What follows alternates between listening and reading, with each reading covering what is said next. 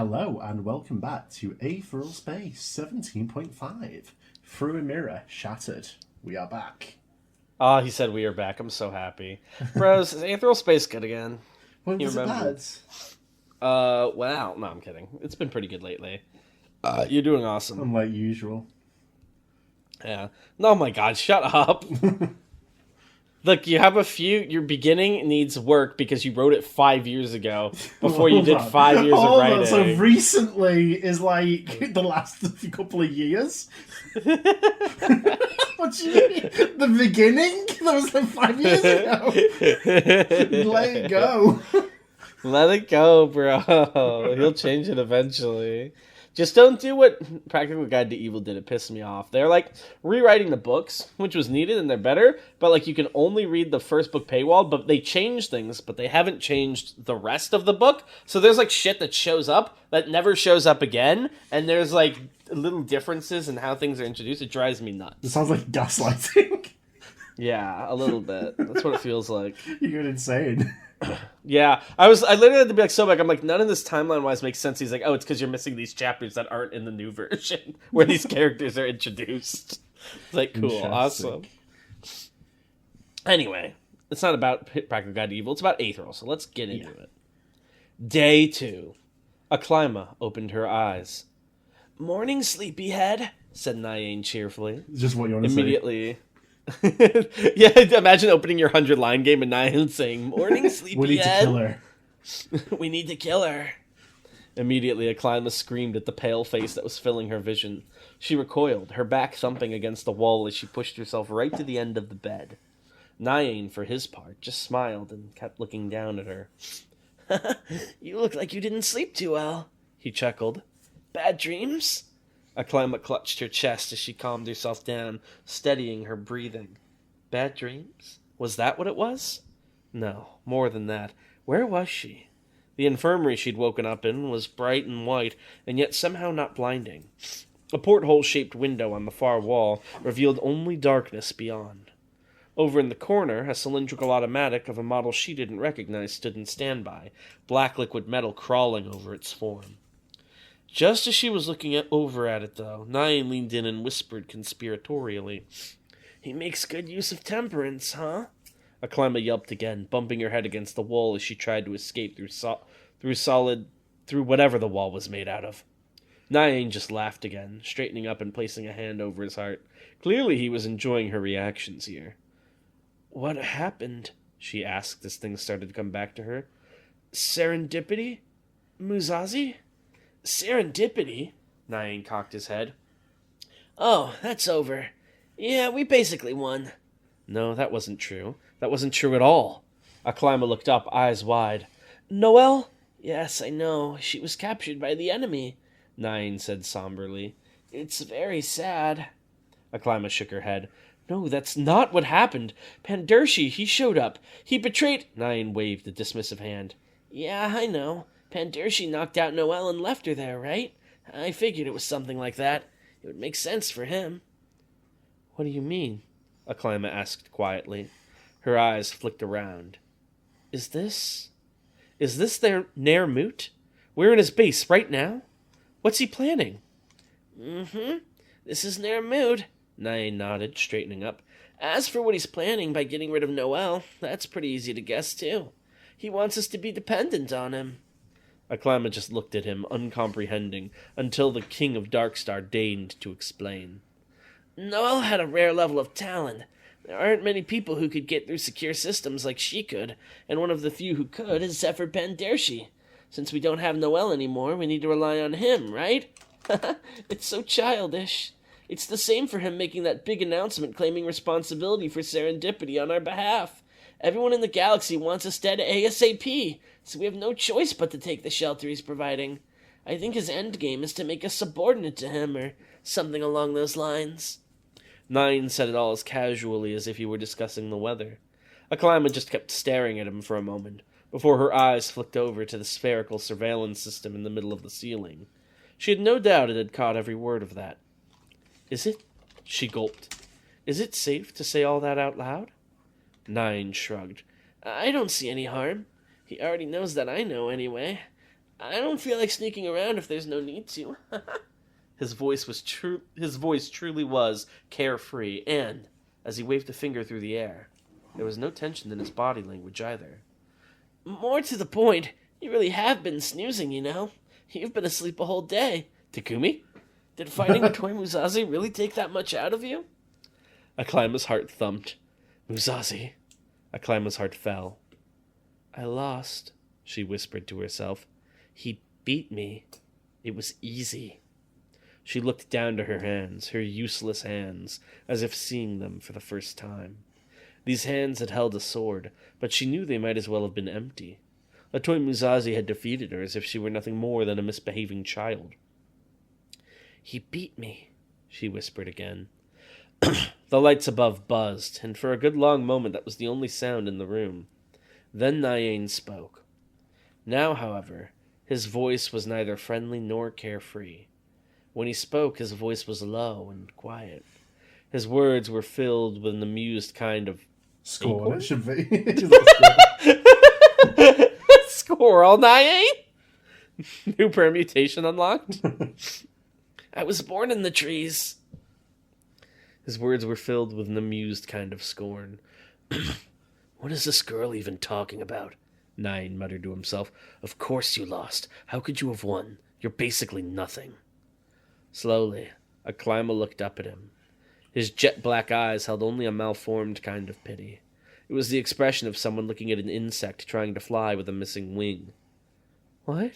She said. Her lips felt numb. Did you not hear me? He cocked his head. There's nothing within you that could surpass a Toy Musashi. You lack substance. What? You think just because you got mad and picked up a sword that suddenly made you strong? Shut up, Aklima mumbled. A terrible heat felt like it was building behind her eyeballs. I'm not the sort of person who thinks only the strong have the right to change things in this world. Nayane continued on, ignoring her. But there's a limit, you know? When I look at you, I basically see a puppet. You know, just in terms of how much you actually exist as an individual. Shut up! Aklima cried. First you were dancing for Palte Kojiro. Nayane counted off his fingers. Then you were dancing for a Toy Musashi. Let's be honest, you've been dancing for me for quite a while and... Oh, I guess you're trying to pull your own strings now? Looks like you got all tangled up. I'm surprised you haven't choked yourself to... Shut up! Aklima screamed. Purple ether crashed furiously throughout the room, bolstered by Aklima's aether core of hatred. Nayane shut his mouth. Even he didn't want to invite the wrath of Cursehand, but he kept smiling. When he spoke again, it was soft and almost gentle. It's like I said, though. Getting mad doesn't change a thing.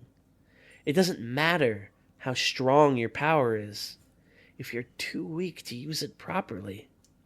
Aklima's anger broke, and she let out a shaky breath as Nayane stepped back, still smiling. Anyway, I thought I should go over this with you as a friend, he said casually. Just have a think about it, okay? Get well soon. I'll have Pandurshi bring you a fruit basket or something.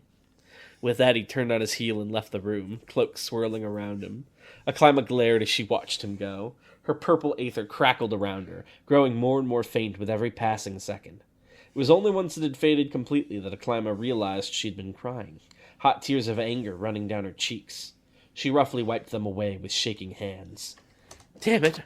Gods damn it, what are you doing? Stop crying, you're not a baby! Nayane's words had filled Aklima's heart with rage. But had he really been wrong? Up until now, she'd behaved as if the only thing she needed to take revenge on a Toy Musashi was wanting it. But the gap was too huge for anger alone to bridge. She was weak, and he was strong. Slowly, she curled her shaking hands into steady fists.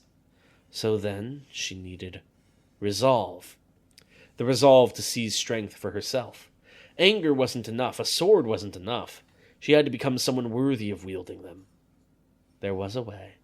She wouldn't wait for that fruit basket after all. Her heart thundering in her chest, Aklima forced herself out of the bed. She had a deal to make with Zephyr Pandurshi. I don't believe you, said a Toy Musashi when Brother Worm had finished speaking. Then why am I not dead? Replied the man with the face of Dragon Hadrian. No, the man who was Dragon Hadrian. By the way, I like that his name's Brother Worm. Worm like dragon. Yeah. It's cute. Musashi grit his teeth. It's a trick. It's another one of your tricks. It's just like the Dawn contest. Cheating is all you know how to do. Brother Worm winced as he sat down in an old armchair across from Muzazi. It sounds like there's a story there, he said regretfully. I'll admit I've not always been the most honest man in the world, but everything I've told you up until now is the truth. I was, Dragon Hadrian, but not the one you know. I'm a possible version of him, simulated and actualized in a physical body by an aether armament called permutation. Muzazi took a deep breath, steadying himself against the wall with his hand. I don't believe you, he said simply. I don't believe you, but I will play along for just this moment. You said that you and all the other versions of Dragon Hadrian were scattered across Zepan as soon as you were created. How do you know so much about this process, then? Did someone tell you? The purpose of permutation is to facilitate one man's survival of the fittest, Brother Worm said gravely. It would go against that to just let us wander around in ignorance. We're provided information about the ritual upon actualization, uploaded straight to our minds like a memory. Oh, it's like some fate shit going on. Yeah. I know that there are 10 other versions of me brought about by permutation, and I have to be the last one standing to achieve a true existence of my own. But that's about it. Any further context I have to investigate for myself. I didn't even realize this was near mood at first. Muzazi closed his eyes. Details.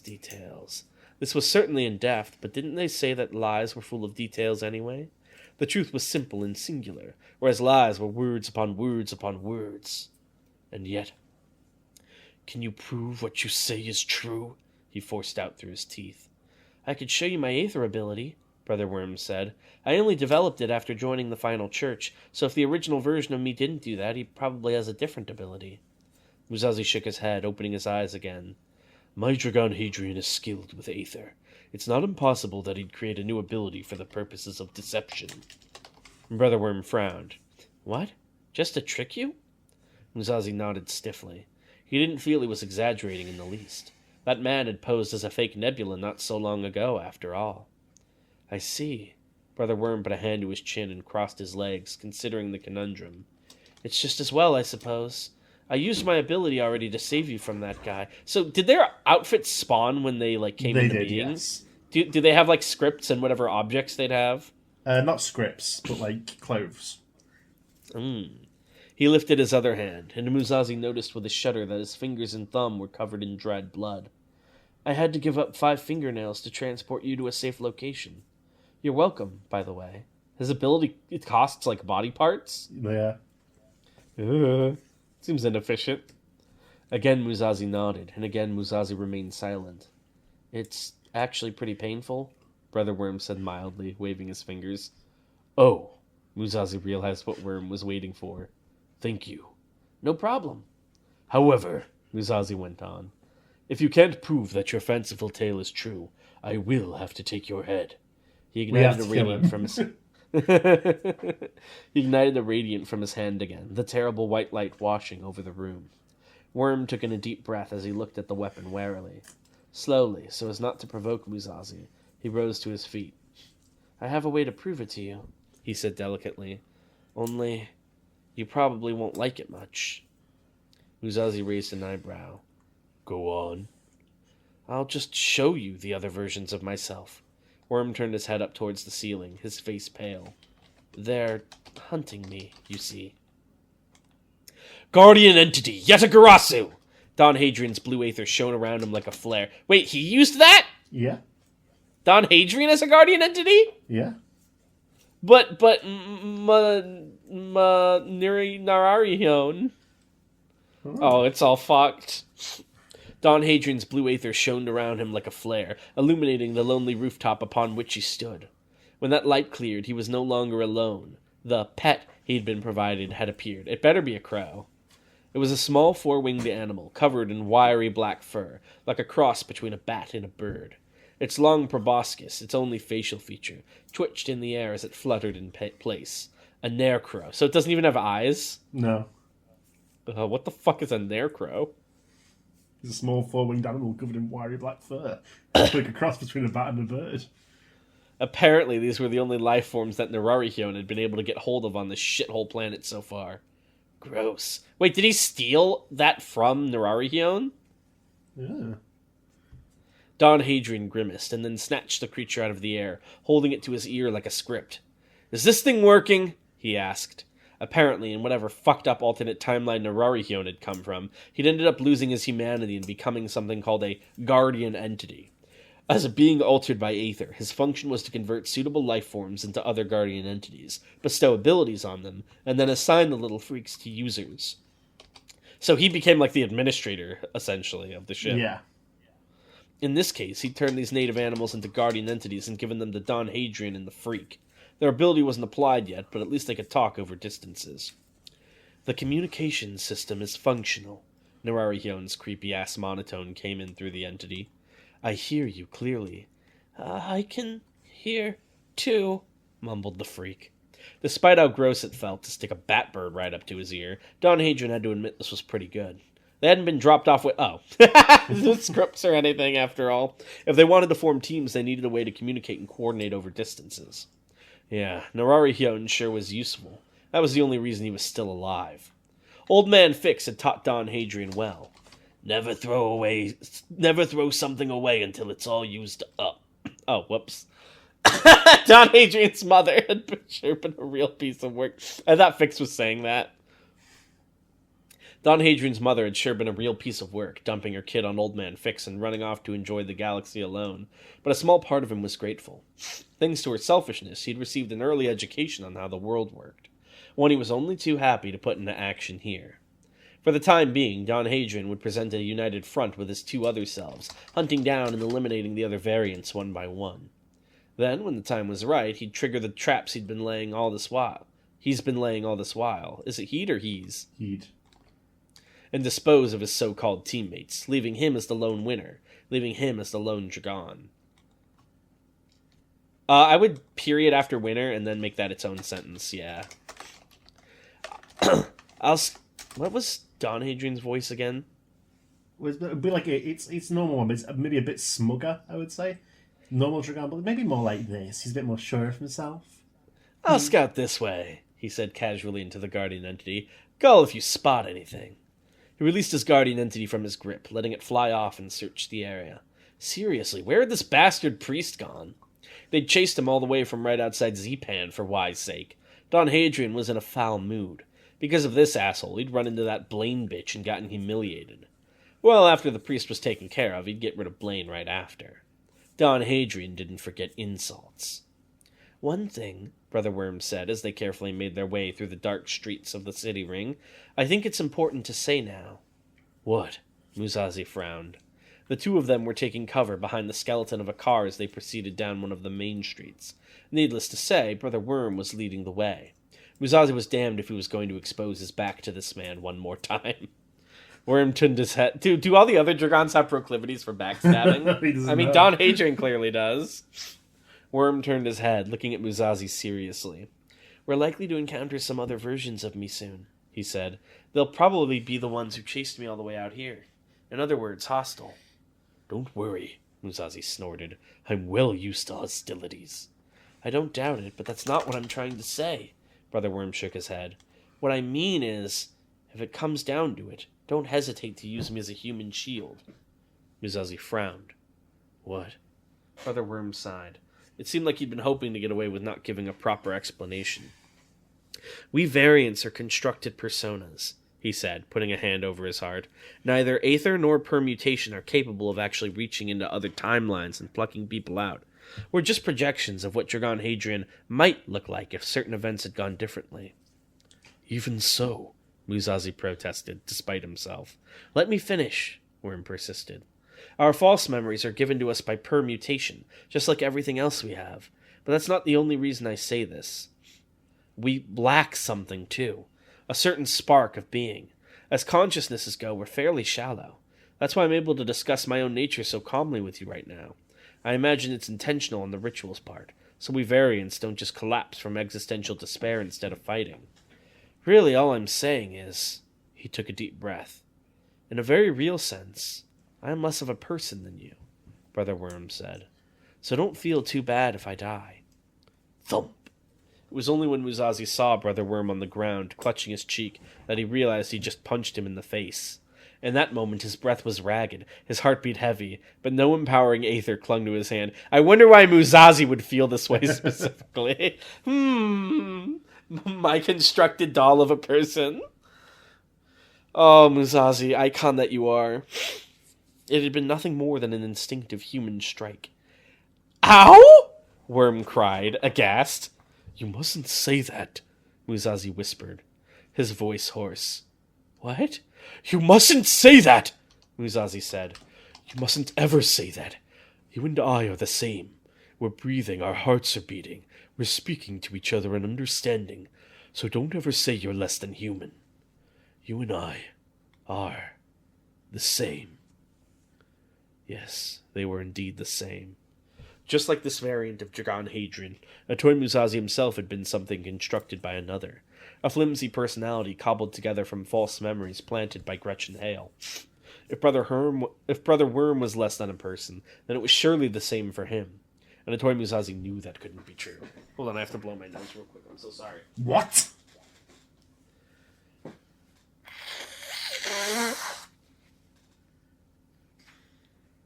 Sorry about that. It was funny. At that moment, Muzazi had forgotten his doubts entirely.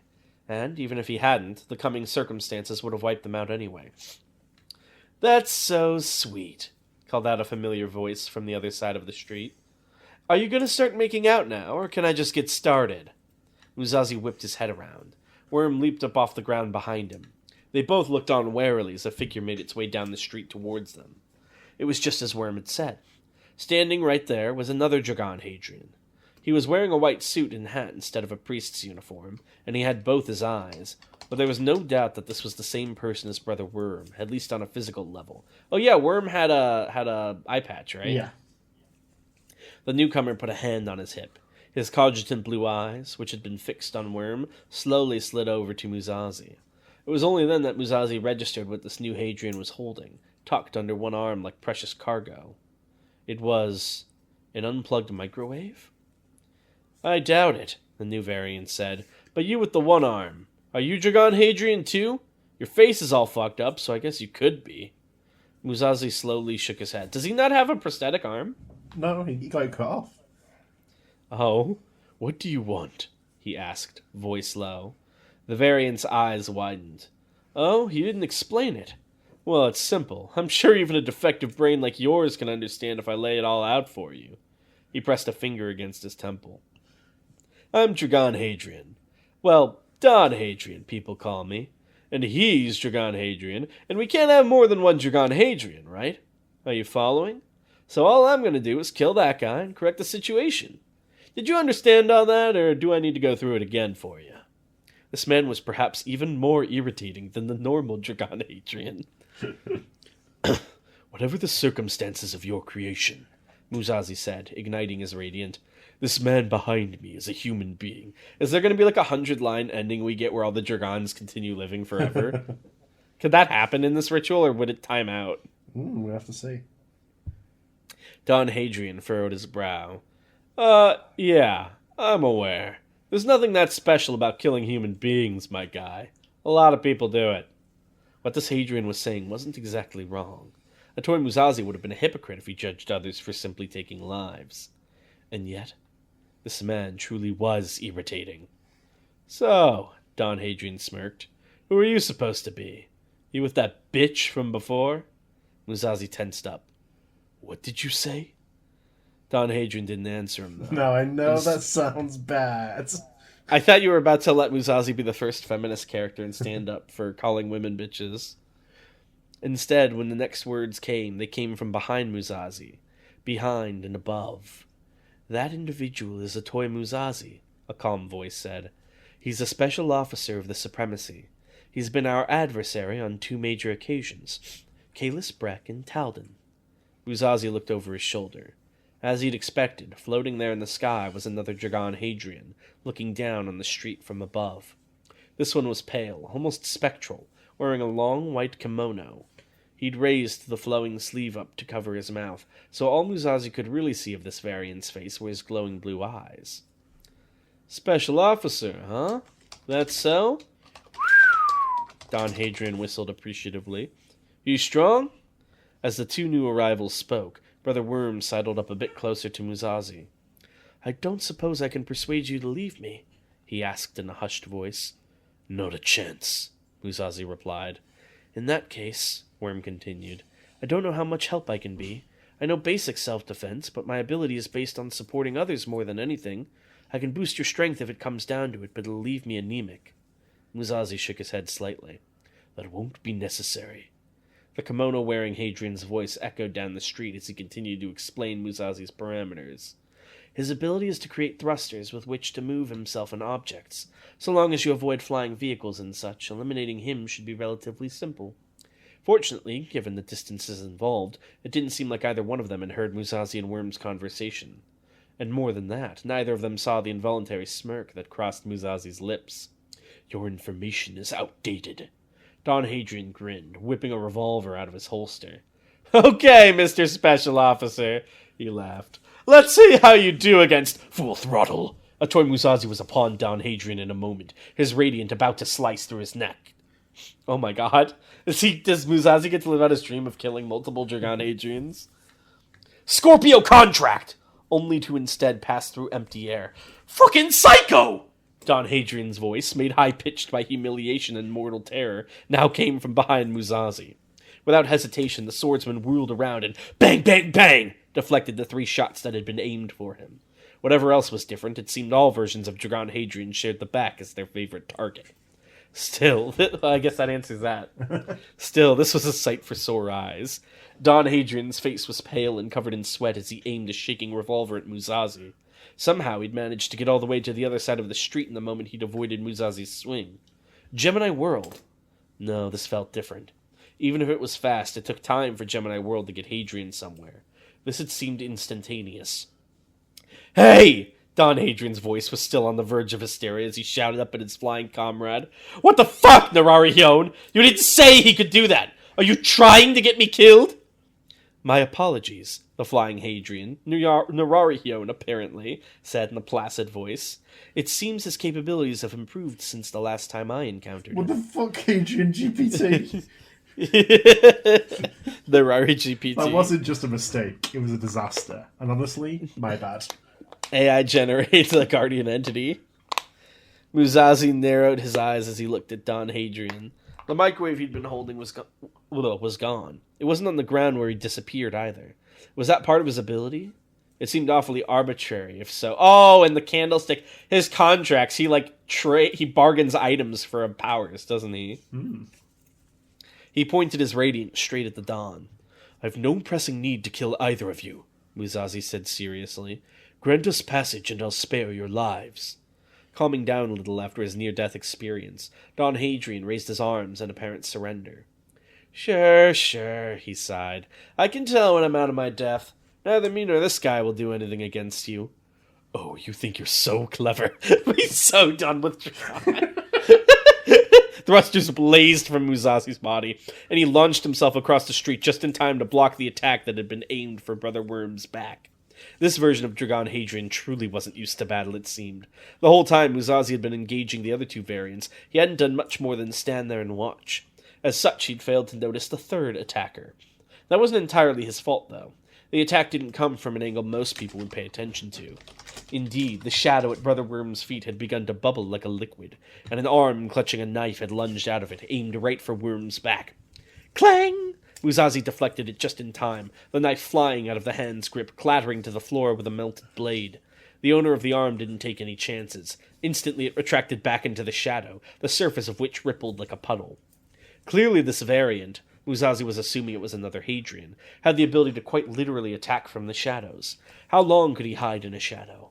If they made a run for it now, would they be ferrying one of their attackers along with them? They couldn't risk that. If the shadow was the problem, there was an obvious solution. Radiant ablaze!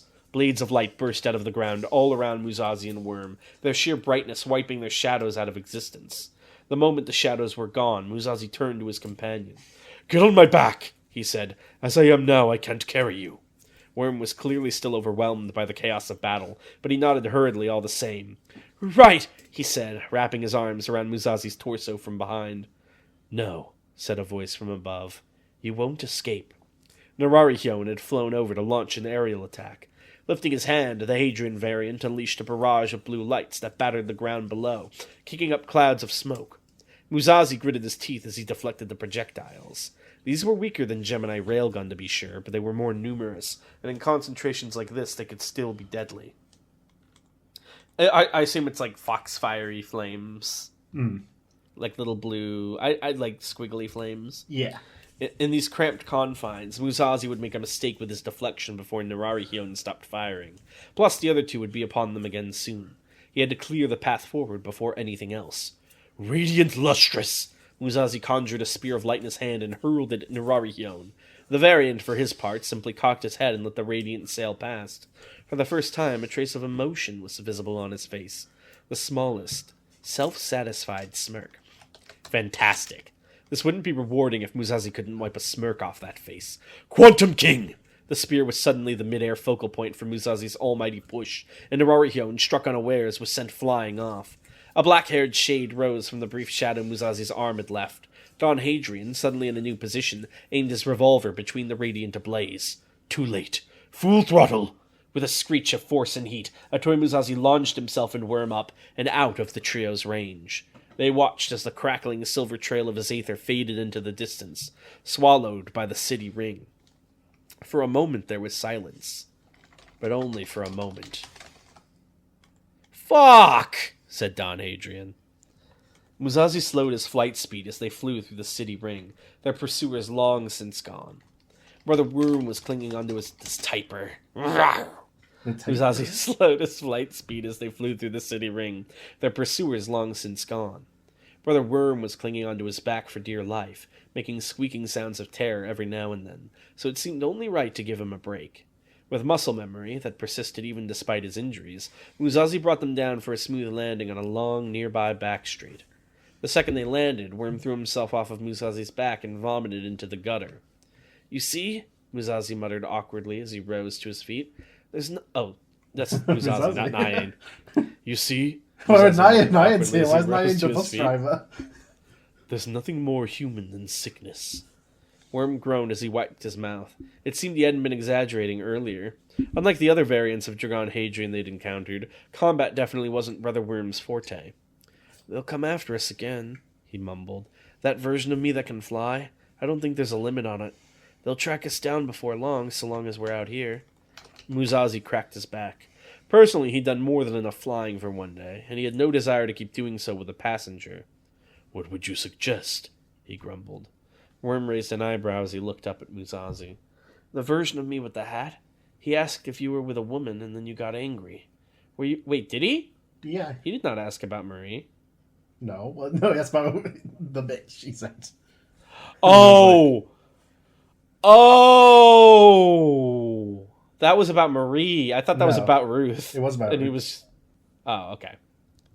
Never mind. I'm confused.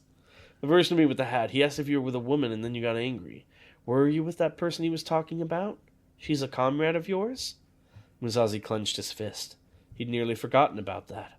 The whole point of him remaining behind had been to prevent their pursuer, One Star, from going after Ruth and Patel. If they'd just run into another group of enemies by sheer coincidence after all that, it would be a bitter pill to swallow. Slowly he nodded. "I believe so. I don't know if you know her, but I've been operating here with a woman named Ruth Blake Crack." Musashi's eyes flicked down to Worm, and then widened in horror. "What are you doing?" While Musashi had been talking, Worm had taken his unbloodied hand and, as casually as could be, peeled the nail of his index finger right off. His face was twisted in pain, but Worm simply held the fingernail in the center of his palm as blood dripped from his index finger. He only spoke again after a few deep breaths to smother the pain. "Aquarius Covenant," he gasped, before bringing his other hand up in a praying posture. "Oh, why, all-encompassing and all-guiding, lay our path such that we feeble few are delivered through this dark terminal back to the light of our comrades. Amen." Blue aether sparked, and a tiny illusory figure, like a dolphin swimming through an invisible ocean, leapt out of the sparks and dissolved into the detached fingernail. A second later, it hovered off of Worm's palm and spun around rapidly, before locking onto a direction to the east. For all the world, the display looked like a grotesque needle. "It's fine," Worm said hoarsely. It's just a fingernail. So basically, he can sacrifice parts of his body and then pray to Y to do things, and depending on what he wants, he has to do more of it. Yeah. Okay, so it's a very versatile ability. It's just also a very brutal one. Musashi looked down at this man. Also, 2 contract themes so far. Scorpio Contract, Aquarius Covenant. There's a lot of exchanging going on. Does this have to do with Dragon being a recording head? It could be. Musashi looked down at this man who treated his own body with such disregard. He couldn't say the original Dragon Hadrian was any different, but at least he had panacea to regenerate with. With growing dread, Musashi wondered just what had happened to Worm's eye such that he needed an eye patch. Oh, he traded it to do something a while back. Still, if Worm's prayer was accurate, then this compass would lead them right to their comrades, presumably to Ruth Blaine. Musashi wished he wasn't afraid of what he would find. Who would design their abilities so horrifically painful? I feel like there'd be easier ways. Why would he do this? Catholic guilt. Whoa, you're learning. Alright. We have some Aether questions, don't we? We do. I hope so. We gotta spread these out over 4 chapters, though. Yeah, so Darnell is going to be wasted, and we're actually recording 4 chapters in rapid succession. Yeah, sorry about that, guys. So there'll be some awkward... So he knows everything right now. You don't know anything. It's true. MT2K asks, when were Paradisus able to create automatics capable of wielding Aether? And would such an automatic be able to house the prince? Well, to wield Aether, they need... It's basically a self-aware automatic. It's the exact same thing. So if an automatic has its own consciousness, it can use Aether. Consciousness is the only thing required. And yes, they could hold the prince. Rirum asks, if you have a principality, can you be banned from the network? Is all content on there permanently, or can a high-ranked person remove chaff info? Well, yeah, it's curated, basically. So they can remove your access to the collective network, the higher ranks can.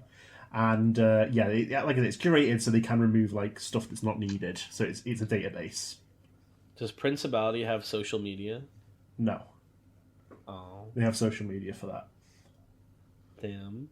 Lan asks, did Eve come up with the different subspecies? If so, why did it want to do that? It did not. It created the first gene tyrants proper, and then they did their own thing, and it just sort of observed, mostly. Apart from when it made edicts to sort of steer in certain directions. On a big macro level. Lan also asks, if I recall correctly, you said that the Fleur genetic memory thing only passes down to the males in the line. Did the Baroness Lorelei de Fleur and ASRP not have it? She did not, no. Understood. And then we'll cut it off with this last one for here. Lan asks, who chose Musashi's name? It would have been Gretchen. Yeah, if I recall correctly, I know it's a toy because he was a doll, but wasn't like Musashi the name of some warrior or something? Or was your fun fact that it was supposed to be Musashi or something? Yeah, well, that's like where I got the name from. It's based off... In universe, it's not about universe. That's where it comes from. Did she just pick Musashi randomly out of like a baby names book? Could be, yeah. Babynames.com. Alright. Let's call it off there for this one. And hey, maybe we'll see you all next time. Bye. Bye.